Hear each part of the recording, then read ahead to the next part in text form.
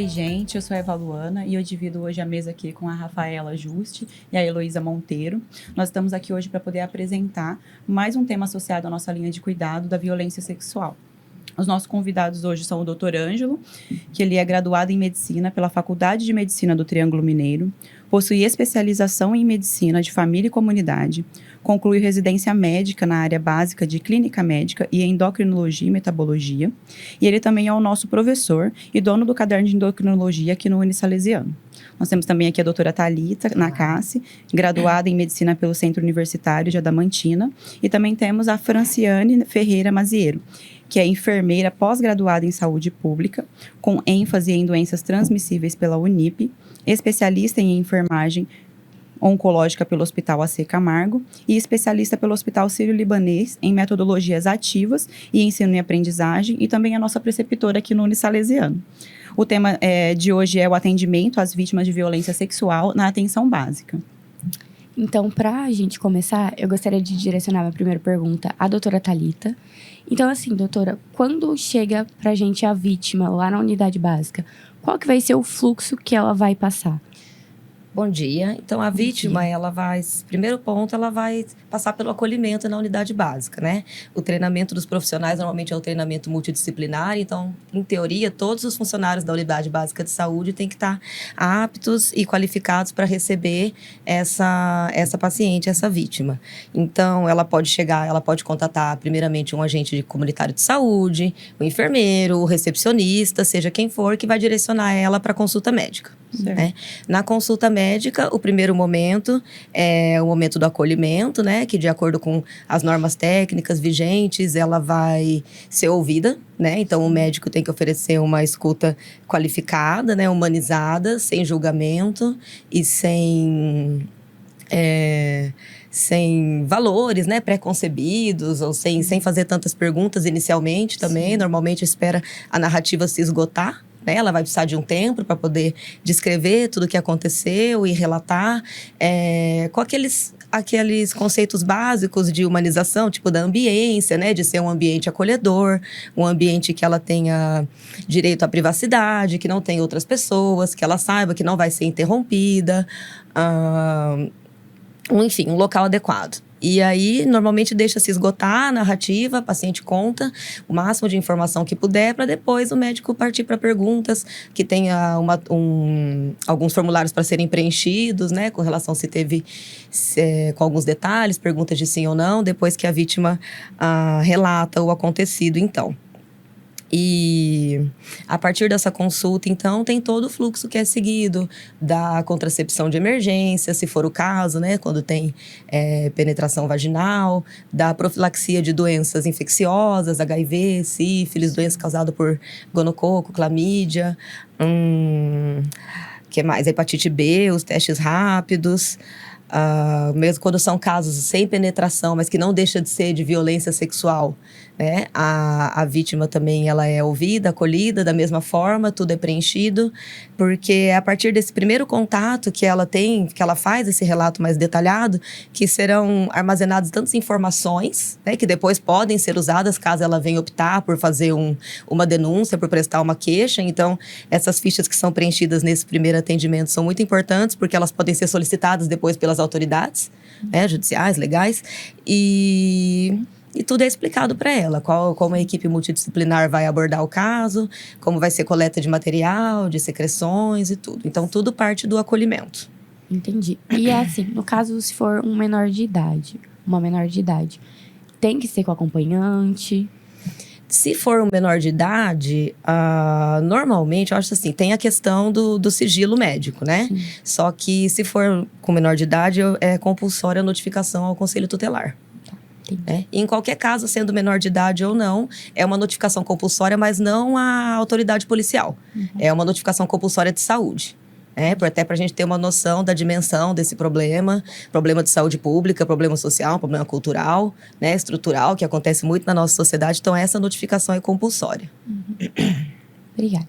Nada. E mais uma coisa, a senhora falou da medicação, né? Uhum. Quais medicações são oferecidas e qual que é o tempo que tem dessas medicações? Certo. Normalmente, o recomendável é que a vítima comece essa profilaxia até 72 horas após o ocorrido, que é mais, digamos que a eficácia, né, da profilaxia é mais garantida.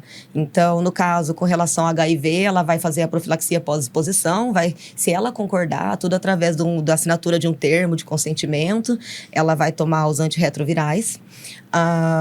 Em termos de a hepatite B, tem a imunoglobulina também, da hepatite B. E as doenças sexualmente transmissíveis, normalmente gonococo, clamídia, ela vai... Normalmente é ceftriaxona, azitromicina, né? Que seria o tratamento normal que a gente faria para caso chegasse um paciente doente, né? Apresentando uma IST. Entendi. E a anticoncepção de emergência, que seria a conhecida como pílula do dia seguinte. Entendi. Né? E... pegando esse gancho da concepção de emergência, se caso ela passar dessas 72 horas, né? Vamos supor que ela sofreu esse abuso e passou dessas 72 horas. Faz um teste de gravidez? Como que funciona? Sim, tem que fazer o teste de gravidez, mas assim, aí cai a eficácia, mas ainda é feito.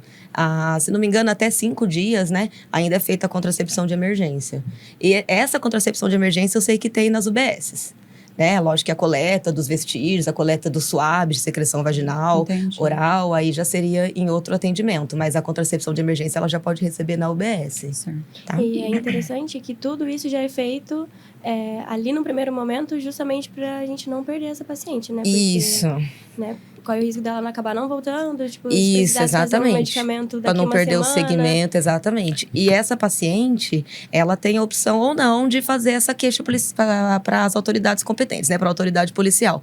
Caso ela resolva posteriormente fazer essa denúncia, tem que estar tudo muito bem coletado, muito bem descrito, por isso que além da narrativa, que você vai relatar como ela narrou, tem perguntas de sim ou não, também para estar tudo bem especificado, para poder servir como prova, para poder evitar aí a revitimização e também levar a responsabilização do culpado, né? Lembrando que a contracepção de emergência também é respeitando a autonomia da paciente. Se ela quiser fazer a contracepção de emergência. Então, isso é conversado dentro do princípio de bioética, de autonomia. Ver se ela tem esse desejo. Sim. E no caso, assim, a gente sabe que na unidade básica a gente também pode fazer pequenos procedimentos cirúrgicos. No caso de objeto introduzido, o que a gente faz? A gente pode realizar lá ou tem que encaminhar para um pronto-socorro? Então, eu acredito que o fluxo, por mais que, né, se a paciente chega na UBS, que teoricamente não é uma unidade de saúde totalmente apta a receber urgências, dependendo da gravidade. Mas se a paciente chega lá com algo que represente um risco à vida dela, o curativo, um atendimento inicial é feito. Mas eu acredito que então ela tem que seguir o fluxo de seguir para o atendimento, que seria realmente onde tem que ser feita a coleta, né? Que tem que ser tudo estéril e suave, colocar lá o armazenamento tem que ser correto, porque essas provas, isso tudo é prova, né? A paciente, a vítima, ela não vê nesse momento, na hora, mas isso tudo é prova para caso, posteriormente, ela resolva prosseguir com uma denúncia. Porque tem a quantidade de tempo certo também. Isso, exatamente. Então, acho que a questão da UBS, que acho que a unidade básica de saúde tem mais para oferecer para o paciente, seria o acolhimento. E explicar para ela, porque normalmente é o mais difícil, a vítima começar a contar para alguém e entender que ela não é culpada e entender que ela precisa de ajuda. Então, explicar para ela todos os passos, aonde ela vai, que tipo de profissional que vai encostar nela, que vai tocar nela, que vai fazer coleta do quê, para quê, e se ela está de acordo com contracepção de emergência, se ela está de acordo com tomar antirretroviral, se ela tem consciência dos riscos, assinar os termos e dar início a esse acolhimento. Entendi. Obrigada. Nada. Agora, minha pergunta vai ser para o doutor Ângelo, né? Acho que a doutora Thalita já trouxe, assim, a importância da autonomia da paciente, da informação, desse acolhimento, né? E a gente sabe que a gente tem que ter muito cuidado, né? Um tato para poder fazer um acolhimento adequado, né? Para essa paciente se sentir confortável, se sentir segura. E também por conta de muitos preconceitos, às vezes, né? Que a vítima tem. Qual que é a conduta desses profissionais diante desse acolhimento, né? Como que tem que fazer da maneira correta? Até também para o profissional se sentir seguro, né? Porque o profissional que está atendendo essa paciente também se sente inseguro, né? Com medo das responsabilidades ali, né? Do que pode vir a acontecer. Bom, trata-se de uma pessoa, né, de uma mulher com intenso sofrimento, né? Com sintomatologia, às vezes, ansiosa, depressiva, angústia. E o principal é a empatia. A empatia que você o profissional ele tem que perceber esse sofrimento, né? E internalizar esse sofrimento que a paciente está trazendo. E a partir daí, a partir dessa percepção, dessa internalização, aí vem o olhar de não julgamento. Porque não são só por palavras que a gente pode julgar, mas também pela comunicação não verbal. Então, se o coração está julgando, o corpo ele vai denunciar esse coração julgador. Portanto, nós temos que realmente entender do assunto, nos sensibilizarmos, entender que é uma mulher que já vem sofrendo abusos e violência há muito mais tempo, né? Não foi de um dia para a noite que essa violência ocorreu, na maioria das vezes, né? A violência, nós sabemos que ela é progressivamente mais intensa ao longo do tempo. Então, é uma mulher com autoestima muito prejudicada, às vezes com comportamentos autodestrutivos. Esse profissional, ele tem que ter esse olhar, essa empatia, né? esse atendimento humanizado, e tem que ter o cuidado de não revitimizar, não ficar exigindo que a pessoa conte o que ela não quer contar. Ou seja, não ficar curioso. Eu queria saber como é que foi. Eu queria saber detalhes. Me conta como é que foi isso, como é que foi aquilo, porque você traz de novo, você torna aquela vítima novamente. Ela fica revivendo aquilo, revivendo aquilo. Isso afasta essa mulher desse cuidado todo que a doutora Thalita já iniciou pela sua fala. Uhum. E como ela disse, todos os profissionais devem ter esse preparo, né? Mesmo desde os profissionais que não têm curso superior, ou aqueles que têm curso superior, então toda a unidade básica de saúde deve ter essa preparação para fazer um acolhimento adequado. Sim, é muito importante. Em primeiro lugar é sentir gente, né? Sentir pessoa e saber que ali tem uma pessoa sofrendo. Sim. E em qualquer outro lugar ela vai ser extremamente julgada, né? Então ela precisa ter a certeza de que pelo menos ali ela não vai ser julgada por ninguém. Delegacias, né? Agora tem delegacia, agora não, já tem um tempo tem delegacia da mulher, isso já diminuiu, 24 mas horas, 24 horas, né? Mas você falou muito bem. Ela já é julgada, né? Não precisa de mais um lugar fazer, pelo contrário, né?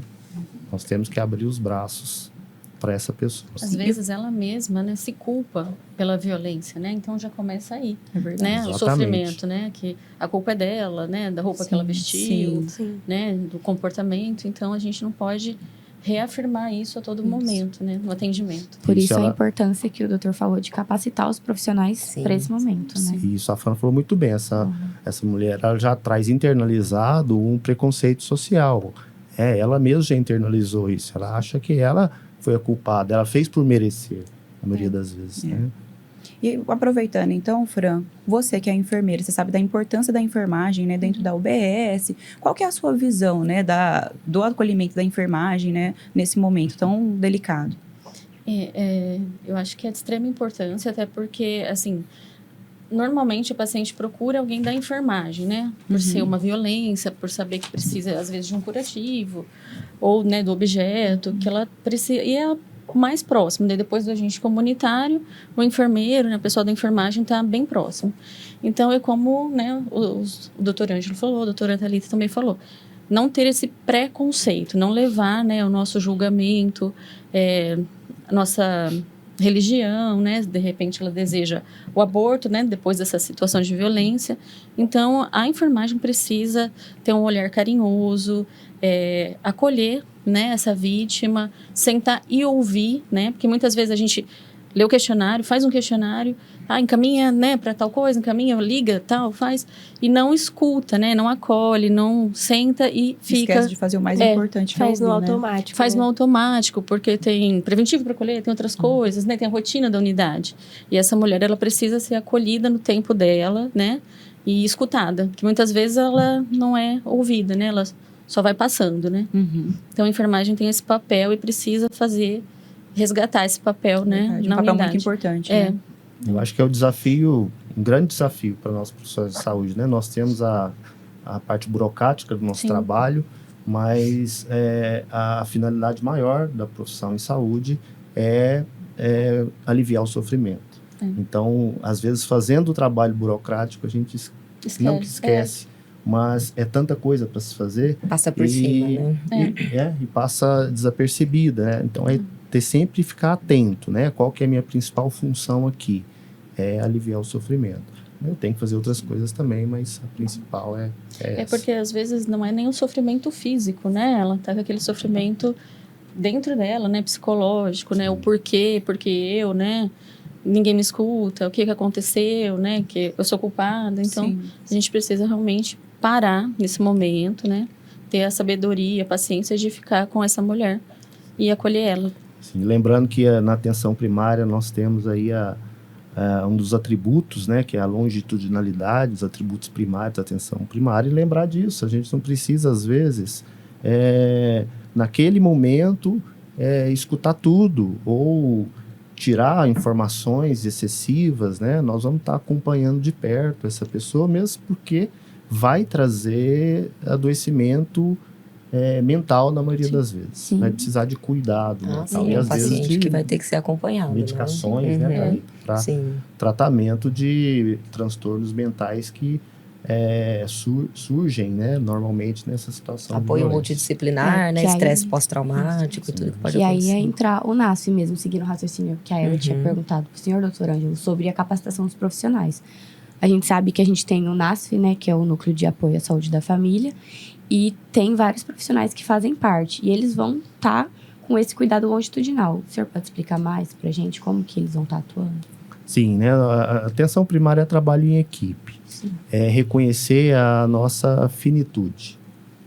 Saber que nós temos os limites do nosso conhecimento. Cada profissão tem os limites do seu conhecimento, mas essas profissões elas podem se sobrepor. Isso que é o trabalho interdisciplinar. E quanto maior essa sobreposição, melhor. É o que a gente chama de transdisciplinar. E o NASF vem para corresponder a essa necessidade dessa complementariedade. Então, o NASF tem profissionais muito apropriados para abordar isso, como psicólogo, o nutricionista, o fisioterapeuta, o educador físico. Você tem recursos aí para atender as mais diversas necessidades. Não que toda mulher vítima de violência necessite de todos esses profissionais. De acordo com a individualidade, com as necessidades de cada caso, o NASF pode estar complementando, pode estar trazendo um conhecimento para esse cuidado a essa mulher. Obrigada. Em uma das suas falas anteriores, doutora Thalita, você citou o sigilo. Como que nós, como profissionais da saúde, como que a gente pode fazer para esse direito da paciente não interferir no cuidado? Então, como que eu faço para trazer esse caso que chegou até mim na UBS, como que eu levo ele para minha equipe sem quebrar esse direito da paciente? Então, com relação ao sigilo, eu acho que, conforme eu tinha falado antes, no momento do acolhimento, o paciente tem que estar ciente de tudo que vai acontecer. Então, a partir do momento que acabou o relato, né, ela narrou, esgotou-se a narrativa, a gente vai passar preenchimento das fichas e dos formulários que tem que ser preenchidos, o paciente tem que saber, que falar, doutora, eu só quero contar para você. Né? Isso pode acontecer também, só que é um tratamento multidisciplinar que necessariamente vai envolver outros profissionais, que vai ser outro profissional, no caso se for na UBS, vai ser em outro serviço, que vai fazer a coleta, mas que esses profissionais são devidamente qualificados, treinados e que ela tem direito ao sigilo. O fato de outras pessoas, além do médico, além do agente de saúde, da enfermeira que ela confia, estarem cientes, não quer dizer que eles tenham o direito de contar para ninguém. Então, que ela vai ser abordada dentro de um padrão, dentro de uma abordagem interdisciplinar que vai envolver outros profissionais, só que esses profissionais também têm que respeitar o sigilo do paciente no sentido de, lógico, que vai tudo com iniciais, né? Não vai com foto do paciente, né? E que esses profissionais também não vão poder levar isso para nenhum lugar. E que o sigilo, ele não é só uma questão de ética médica e ética do profissional de saúde, é lei. Né? Então, se essa informação vaza, por exemplo, a auxiliar de enfermagem, ou a enfermeira, ou o médico, seja quem for, que realizou um curativo, ou que fez a coleta de um swab vaginal, ou do swab anal, ou uma coleta de substância, secreção subungueal, isso vaza, não só está ferindo a ética do profissional de saúde, como está infringindo uma lei. Também. Então, que apesar que ela vai ser abordada por vários profissionais, que não tem como um profissional só dar conta de acolhê-la, de encaminhá-la para o serviço certo, de fazer as coletas e de depois tratar todas as consequências que podem vir de um episódio de violência sexual, vai ter várias pessoas envolvidas, só que as pessoas são devidamente capacitadas e que elas também têm que seguir o sigilo aí do profissional de saúde, que é direito do paciente e é dever desses profissionais. Que isso seja respeitado. Entendi. E uma dúvida muito frequente, até quando a gente discutiu isso em sala, né, foi da questão de eu chamo a polícia, eu faço essa denúncia ou eu não faço?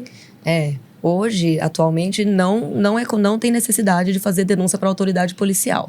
Até porque, conforme a gente tinha sido colocado antes, a paciente, ela está ali no primeiro momento para ser acolhida, né? Então, o que ela precisa é de uma escuta qualificada. Só que, ao mesmo tempo, se a gente só ficar escutando a paciente e não organizar essa informação não vai poder ser utilizada posteriormente, caso ela deseja comunicar a ocorrência a uma autoridade policial. Então, ao mesmo tempo que a escuta é humanizada e qualificada, ela é também feita dentro de normas e de uma metodologia e seguindo procedimentos e preenchimento de documentos que depois serão usados pelas autoridades policiais, né? Pela médico legal, o IML, se for fazer o caso de corpo de delito, caso ela resolva dar prosseguimento, né? Prosseguir com essa denúncia. Qual foi a sua pergunta mesmo?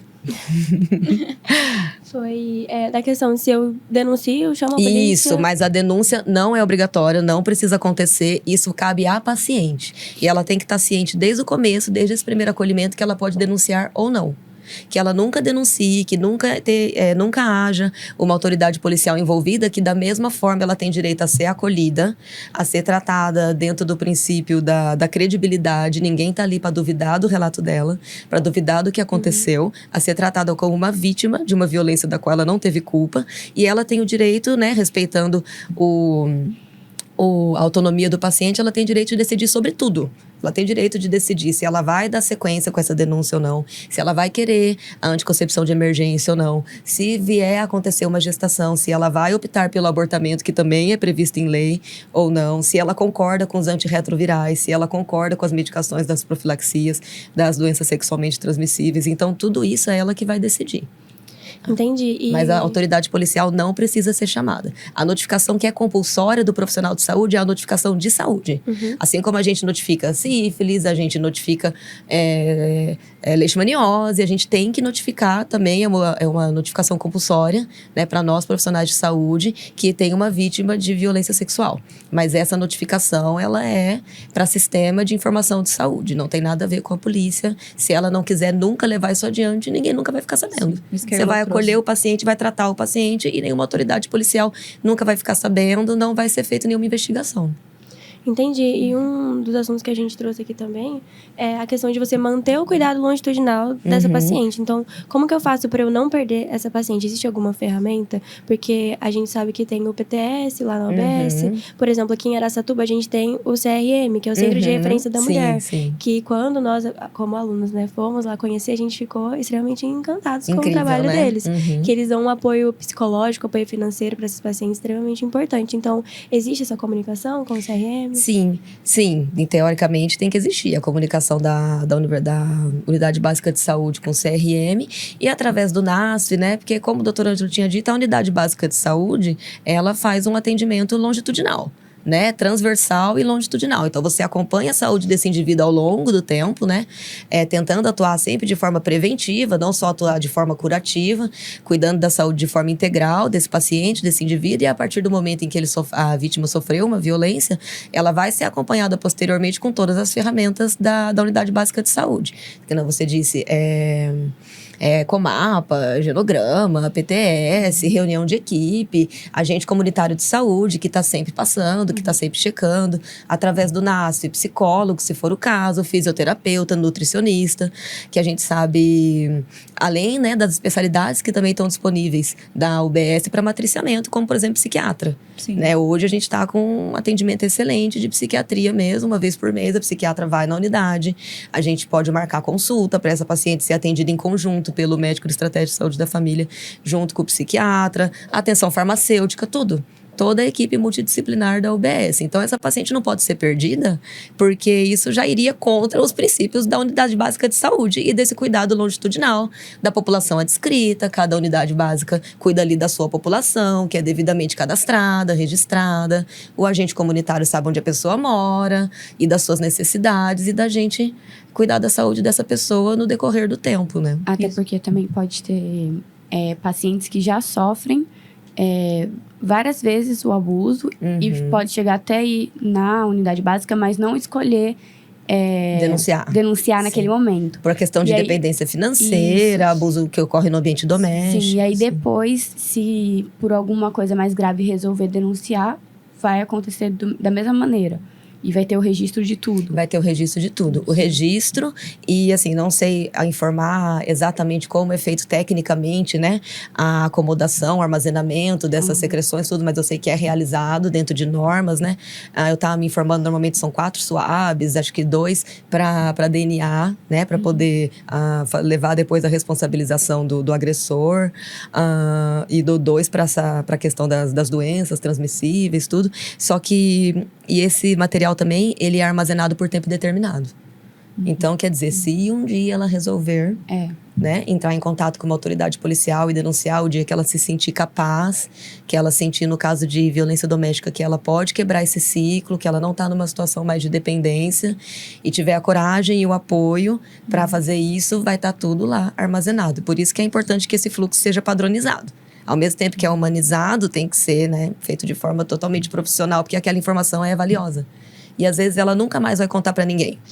Então, aquela informação que está ali, aquele questionário que você preencheu, que você relatou, o que ela te contou e que você preencheu as perguntas de sim ou não, se teve violência, se teve luta, se teve defesa, se teve penetração, se teve ejaculação. Essas perguntas de sim ou não também, elas vão estar ali e vão servir como prova, né?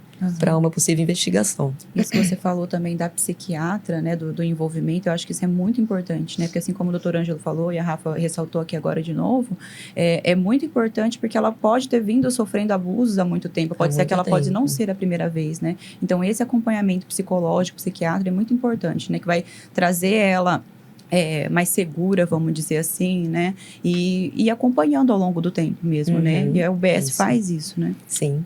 E manifestações psicossomáticas, né? São muito comuns, né? Nessas mulheres. Então, essa combinação do tratamento psíquico com as mazelas, as morbidades físicas que vão aparecendo, essa identificação, ela pode ser feita de forma longitudinal e usando todos os recursos que a rede oferece, né? Então, é fundamental o acesso, é importantíssima a longitudinalidade e a integralidade desse atendimento. Perfeito. E a sensibilidade de todos os profissionais envolvidos. Sim. E aí, no caso, se ela chega para mim com vítima, né, de ter sofrido um abuso, eu já notifico, como você tinha falado, que era como se fosse uma notificação de saúde, ou eu só notifico se ela deixar eu notificar. A notificação é compulsória. É compulsória, né? Independente de tudo. Independente. E aí, eu notifico pro sinal, tem um órgão específico. É uma notificação de agravo de saúde, né? E não é só de violência sexual, né? De violência contra terceiro, de alguém que sofreu violência de outra pessoa. Então, se fosse uma briga que levou a um ferimento, também seria notificado. Entendi. Né? Essa notificação, ela desde 2001 que o Ministério da Saúde instituiu aí as políticas nacionais de redução de mortalidade por acidentes e violência. Uma das diretrizes dessa política era a monitorização desses acidentes e violência. Então, em 2003, que surgiu a notificação compulsória para fins epidemiológicos. Essa necessidade de alimentar esse banco de dados, né, para análise desses dados, é fundamental para a tomada de decisões. Se a gente não monitora, se a gente não sabe o que está acontecendo... Não se sabe a dimensão do problema, Não né? sabe a dimensão do problema, você não sabe que decisões tomar em termos... quando a gente está pensando em gestão em saúde. E aí a gente sabe que existem muitos casos subnotificados, né? Sim. Que por mais que ainda quando a gente pega alguns dados, a gente vê, nossa, 90%, não sei o quê, só que a gente sabe que ainda tem muitos casos que não estão inseridos, que não estão sendo notificados. É isso que a doutora Thalita falou, é muito importante esse esclarecimento, porque muitas pessoas acham que a notificação ela é uma denúncia policial. Não, a notificação ela é epidemiológica, para fins epidemiológicos.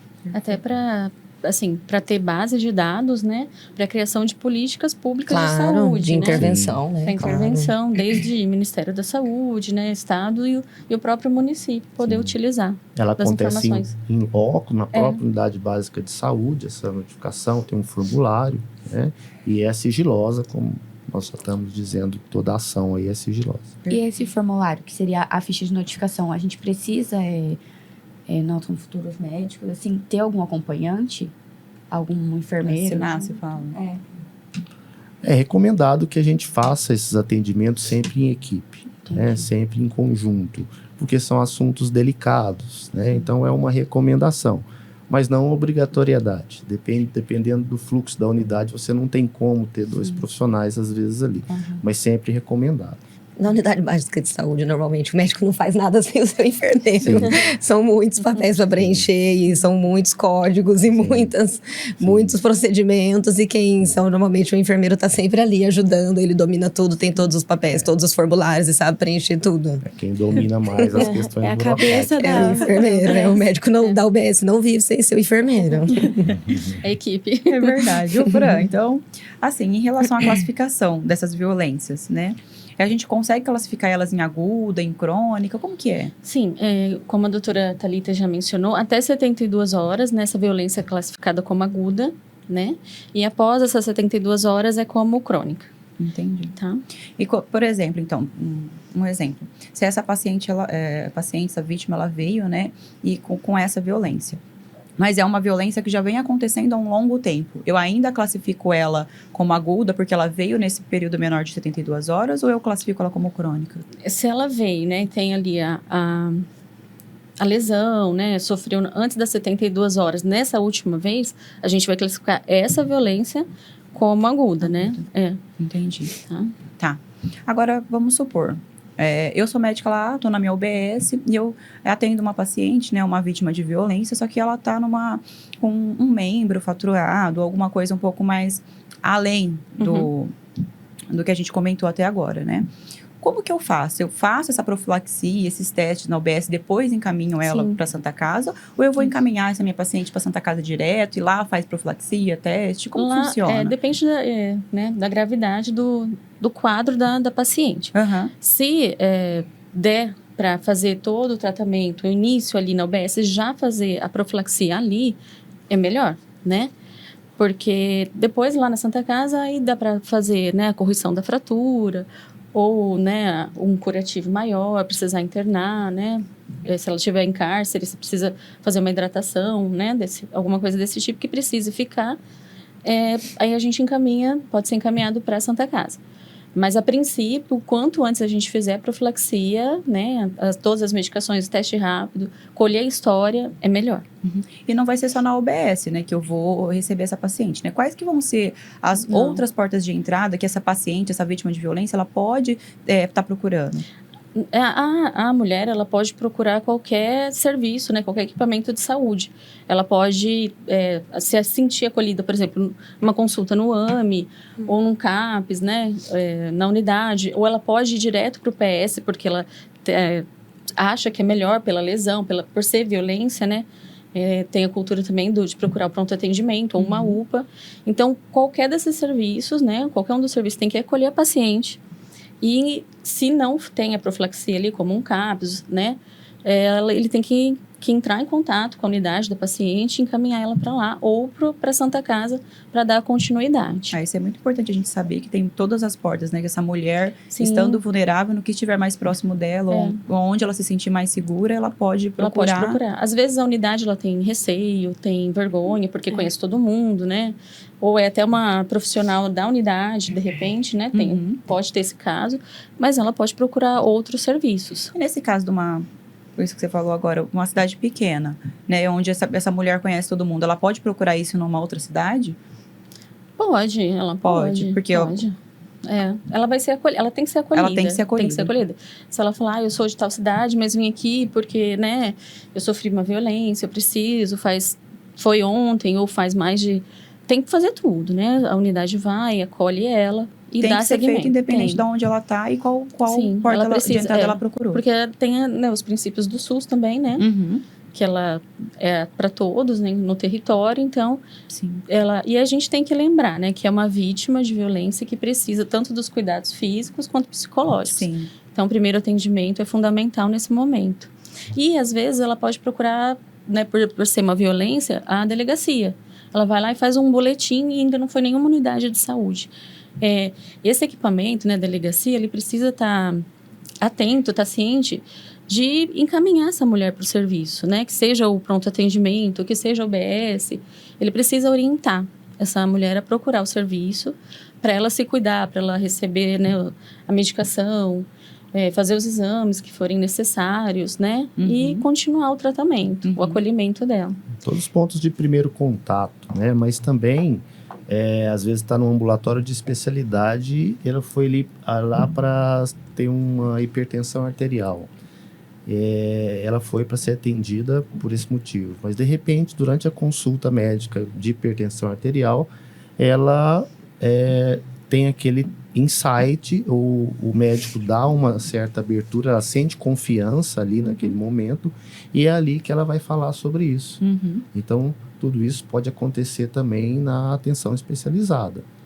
Mas acontece principalmente nos pontos de primeiro contato.